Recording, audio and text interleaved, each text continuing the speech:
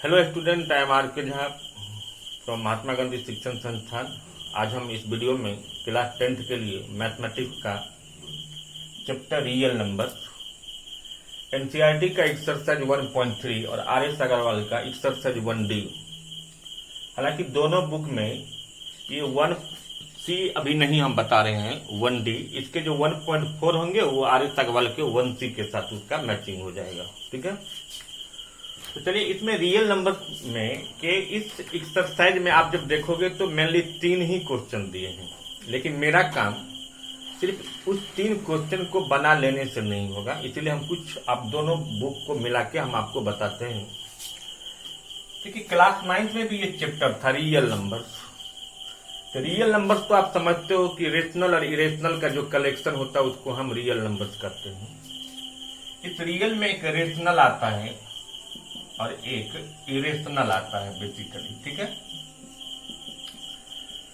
अब इस रेशनल में अगर हम 5 लिखते हैं, √25 लिखते हैं, √8 लिखते हैं, √5 लिखते हैं, √24 लिखते हैं और √9 लिखते हैं और ये 9 लिखते हैं, 9 लिखते हैं यहाँ।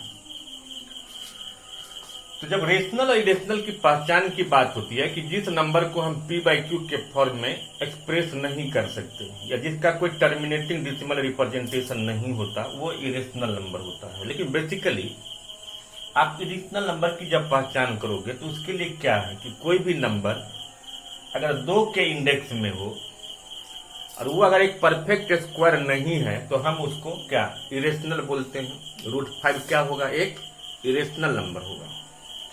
लेकिन ये देखिए √25 है, तो एक परफेक्ट स्क्वायर है, तो ये नहीं समझ जाना है कि रूट में है तो इरेशनल नंबर है। रूट में अगर वो परफेक्ट स्क्वायर है तो रेशनल होगा, परफेक्ट स्क्वायर नहीं है तो इरेशनल होगा। 3 के जबकि ये 9 है तो 9 एक परफेक्ट स्क्वायर है, इसीलिए ये एक रेशनल बना। पर जब फिर मैंने यहाँ 9 को लिखा 3 के इंडेक्स में कि क्या 9 एक परफेक्ट क्यूब है, नहीं है, इसलिए ये भी क्या एक इरेशनल नंबर होगा। ठीक है, तो हम ये √5 के बारे में क्या कहेंगे कि इरेशनल नंबर है। तो ये क्वेश्चन आपको पूछेगा कि प्रूफ करो कि √5, √2, √3, √6 कुछ भी इस तरह कर दे देगा। √24 एक इरेशनल नंबर है, यानी रेशनल नंबर नहीं है, इसको प्रूफ करना है। इससे पहले भी हम लोग ये समझे थे कि अगर हम रेशनल को इरेशनल के साथ जोड़ते हैं, घटाते हैं, गुना करते हैं और डिवाइड करते हैं तो इसका आंसर क्या, हमेशा इरेशनल ही आता है। और इरेशनल को इरेशनल के साथ आप जोड़ोगे, घटाओगे, गुना करोगे और डिवाइड करोगे तो रेशनल या इरेशनल कुछ भी आ सकता है। ठीक है, तो आर एस अग्रवाल में कुछ क्वेश्चंस हैं कि 2 इरेशनल नंबर का एग्जाम्पल बताइए जिसका सम 2 इरेशनल का सम बताना है जिसका सम एक रेशनल हो या इरेशनल हो। मान लीजिए कुछ भी क्वेश्चन दे सकता है, तो हम रेशनल की बात करते हैं कि 2 इरेशनल का एग्जाम्पल देना है जिसका सम एक रेशनल हो, तो आप बाइनोमियल में लोगे। अब ये 3 + 2√5 भी क्या होगा, ये 3 + 2√5 में ये 3 रेशनल पार्ट है और ये इरेशनल पार्ट है। रेशनल और इरेशनल का सम क्या है, इरेशनल होता तो ओवरऑल ये भी एक इरेशनल नंबर होगा। लेकिन जब एग्जाम्पल देने की बात होगी 2 इरेशनल का तो बाइनोमियल में इसी तरह से आप कोई भी नंबर ले सकते हो। जैसे हम एक ले लो 2 + √3 और एक इसी का माइनस में ले लो 2 - √3। इसको आप जोड़ोगे ना तो रेशनल होगा, घटाओगे तो क्या हो जाएगा, इरेशनल हो जाएगा। लेकिन जब इसी को फिर मल्टीप्लाई करेंगे तो ये एक रेशनल देगा। तो बाइनोमियल प्लस माइनस में ले लेना। क्लियर। अब चलते हैं, पहचान भी लेंगे कि रेशनल है कि इरेशनल है। अब क्वेश्चन में चलते हैं कि ये अब हम कैसे शो करेंगे कि √5 एक इरेशनल नंबर है या नॉट रेशनल नंबर है। तो हम किसी भी चीज को प्रूफ करना है तो बहुत ऐसा प्रूफ होता है जो कॉन्ट्राडिक्शन मेथड होता है, जबकि मेरा क्वेश्चन है कि इसको इरेशनल शो करना है और हम इसको मान लेते हैं क्या, रेशनल। और रेशनल का एक प्रॉपर्टीज होता है कि दुनिया का कोई भी रेशनल नंबर होगा उसको p/q के फॉर्म में हम एक्सप्रेस कर सकते हैं। तो हम पहले, मेरा क्वेश्चन क्या है पहला, कि प्रूफ करना है कि √5 √2 कुछ भी दे देगा कि एक इरेशनल नंबर है, क्वेश्चन है। तो हम इसको जो बनाएंगे तो लिखेंगे कि let √5 is a rational number. मान लीजिए अगर मैंने इसको रेशनल मान लिया तो √5 क्या होना चाहिए, p/q के फॉर्म में होगा। लेकिन जहां p और q को प्राइम है, क्या है, को प्राइम है, मतलब इसका सिर्फ फैक्टर 1 होना चाहिए। ये p/q किसी से कटना नहीं चाहिए, ये ध्यान रखिए। और q जो है वो 0 भी नहीं होना चाहिए। अब ये नहीं कि 10/12 आ गया तो गलत हो जाएगा, को प्राइम होना चाहिए। कोई भी दो नंबर को प्राइम कहलाता है अगर उसका HCF 1 होता है। क्लियर, ये क्लियर हो गया। अब हम इसको क्या करते हैं, ऑन स्क्वायरिंग बोथ साइड कर देते हैं, दोनों तरफ स्क्वायर कर दो। इसको मैं शॉर्ट में बता रहा हूं। तो √5 का स्क्वायर करेंगे तो 5 हो जाएगा। 5 बराबर p²/q² हो गया, स्क्वायरिंग किए। अब इसको आप क्रॉस मल्टीप्लाई कर दो तो p² बराबर क्या हो जाएगा, 5q²। ठीक है, तो अगर ये तो q² क्या हो जाएगा, ये आप यहीं पर 5 बराबर p²/q² लिखे हो, तो इस q² को ऊपर ले आओ और इसी को आप नीचे भेज दो, p²/5। अब देखो 5 क्या है, 5 सच में एक प्राइम नंबर है। याद रखिएगा कि अगर p कोई प्राइम नंबर है और अगर प्राइम नंबर है, अगर उसके स्क्वायर में डिवाइड करता है, उसके रूट में भी डिवाइड करेगा। तो हम इसको लिखते हैं कि लेट p = 5m मान लीजिए। यहां जो नंबर रहेगा उसी के टर्म में इसको मान लेना है। ठीक है, जैसे यहां 2 रहता तो 2m मान लिए। अब q² बराबर p कितना लिए हैं हम, 5m। तो 5m बट्टा क्या, 5। तो ये q² बराबर हो जाएगा 25m² बट्टा 5। तो अब देखिए, अब फिर क्रॉस मल्टीप्लाई कर दो, 5q² बराबर 25m²।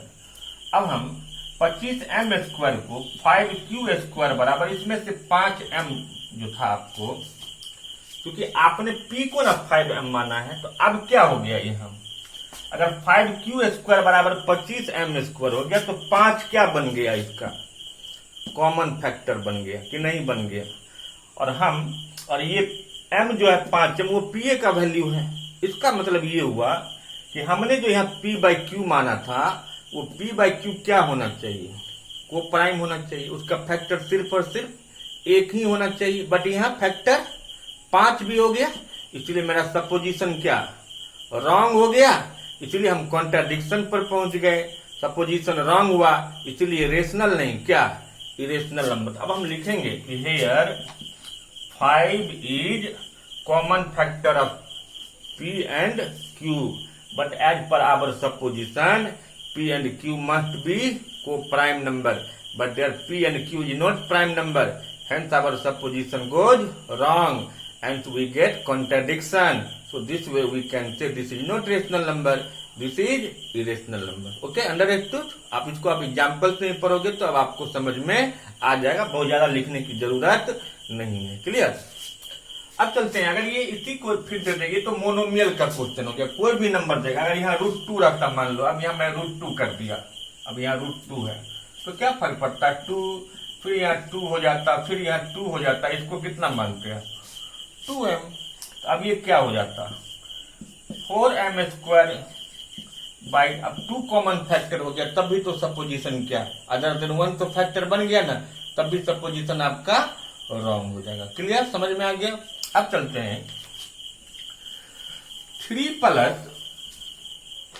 2√5 को भी हमें प्रूफ करना है कि ये एक इरेशनल नंबर है। और हम जानते भी हैं कि सच में ये एक इरेशनल है, क्योंकि रेशनल और इरेशनल का सम इरेशनल होता है। फिर भी हम इसको इफ पॉसिबल लेट ये क्या है, एक रेशनल मान लो, इफ पॉसिबल, और अपने मन से एक रेशनल नंबर बाजार से ले आओ, कोई भी गिनती की नंबर जो भी आपको लेना हो, 1 2 4 5। हम लिखेंगे if possible let 3 + 2√5 is a rational number, ठीक है। एंड 2 ये 2 कहां से आया, तो हम अपने मन से कोई भी एक रेशनल नंबर माने। अब अगर ये रेशनल है, मेरे मानने के आधार पर, और ये सच में रेशनल है, तो हम जानते हैं ना रेशनल और रेशनल का सम क्या रेशनल होता है। अगर ये रेशनल है और इसको मैंने एक रेशनल माना, तो इस दोनों का भी सम एक रेशनल आना चाहिए। तो देखते हैं, then we know we have to write, अब लिखना है, then we know the sum of 2 rational always be rational number. So 3 + 2√5 + 2 must be क्या, रेशनल नंबर, इसको मानना है। अब इसको जोड़ोगे तो कितना मिलेगा, 5 + 2√5 क्या, रेशनल। ये आगे अब आप ही बताओ, क्या ये रेशनल है, तो क्या हो गया, कॉन्ट्राडिक्शन मिला। It gives us contradict that 5 + 2√5 is rational number because this is not rational number, this one is irrational number, hence our supposition goes wrong. So thus it can be said this one is the irrational number. Okay, this way we can show, and through this exercise 1.3 and exercise 1D of R.S. Agarwal can be solved. And after that, in next video I will bring exercise 1.4 and from R.S. Agarwal exercise 1C, then we will see and solve. Okay, thank you.